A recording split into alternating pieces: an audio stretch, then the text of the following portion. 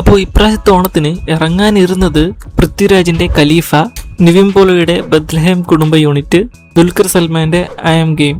ഇതിൽ I'm game സെപ്റ്റംബറിലേക്ക് postpone ചെയ്യപ്പെട്ടത് കുറെ പേർക്കൊക്കെ നിരാശ ഉണ്ടാക്കിയിട്ടുണ്ടെന്ന് എനിക്കറിയാം. പക്ഷെ എന്നെ സംബന്ധിച്ചിടത്തോളം അതൊരു നല്ല കാര്യമാണ്.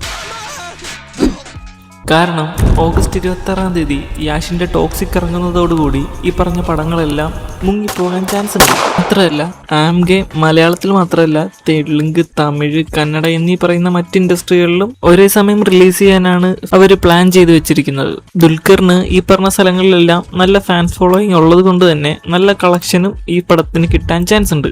സോ അത് ടോക്സിക്കിന്റെ കൂടെ ഇറക്കി മുക്കിക്കളയാതിരിക്കുന്നതാണ് നല്ലത്. അപ്പോൾ ഐ എം ഗെയിം ഔട്ടായിരിക്കുകയാണ്. ബാക്കിയുള്ളത് ബത്ലഹേം കുടുംബ യൂണിറ്റും ഖലീഫയുമാണ്. കഴിഞ്ഞ ഓണത്തിന് ഓണപ്പടങ്ങളിൽ ഏത് കാണണമെന്ന വിഷയത്തിൽ ഞാൻ വീഡിയോ ചെയ്തപ്പോൾ നിങ്ങളോട് ഞാൻ പറഞ്ഞത് മാക്സിമം നിങ്ങൾ ലോക കാണണമെന്നാണ്. പക്ഷേ ഇപ്രാവശ്യം എനിക്ക് പറയാനുള്ളത്, നിങ്ങളൊരു ഫീൽ ഗുഡ് ഫൺ മൂവിയാണ് ആഗ്രഹിക്കുന്നതെങ്കിൽ ബത്ലഹേം കുടുംബ യൂണിറ്റിന് ടിക്കറ്റ് എടുക്കാം. മറിച്ച് നിങ്ങളൊരു മാസ് ആക്ഷൻ പടമാണ് ആഗ്രഹിക്കുന്നതെങ്കിൽ നിങ്ങൾക്ക് ഖലീഫക്ക് ടിക്കറ്റ് എടുക്കാം. പേഴ്സണലി ഞാൻ ബത്ലഹേം കുടുംബ യൂണിറ്റാണ് കൂടുതൽ വോട്ട് ചെയ്യുക. കാരണം അതിൽ പ്രേമലുവിന്റെ സെയിം ടീമാണ് വർക്ക് ചെയ്തിരിക്കുന്നത്. അതേപോലെ ട്രെയിലറും പാട്ടുകളൊക്കെ അത്യാവശ്യം പ്രോമിസിങ് ആണ്. ഖലീഫയിലേക്ക് വരുമ്പോൾ ഈ പടത്തിന്റെ ഡയറക്ടർ വൈശാഖിനെ എനിക്ക് അത്യാവശ്യം വിശ്വാസം ഉണ്ടെങ്കിൽ കൂടി ഞാൻ പൃഥ്വിരാജിന്റെ ആക്ഷൻ മൂവീസിന്റെ ഒരു ഫാൻ അല്ല.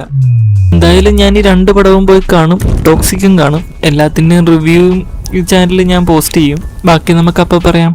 നിങ്ങൾ ഏത് പടത്തിനാണ് വെയിറ്റ് ചെയ്യുന്നതെന്ന് താഴെ കമൻറ്റ് ചെയ്യുക. വീഡിയോ ഇഷ്ടപ്പെട്ടെങ്കിൽ സബ്സ്ക്രൈബ് ചെയ്യുക, ലൈക്ക് ചെയ്യുക, ഷെയർ ചെയ്യുക.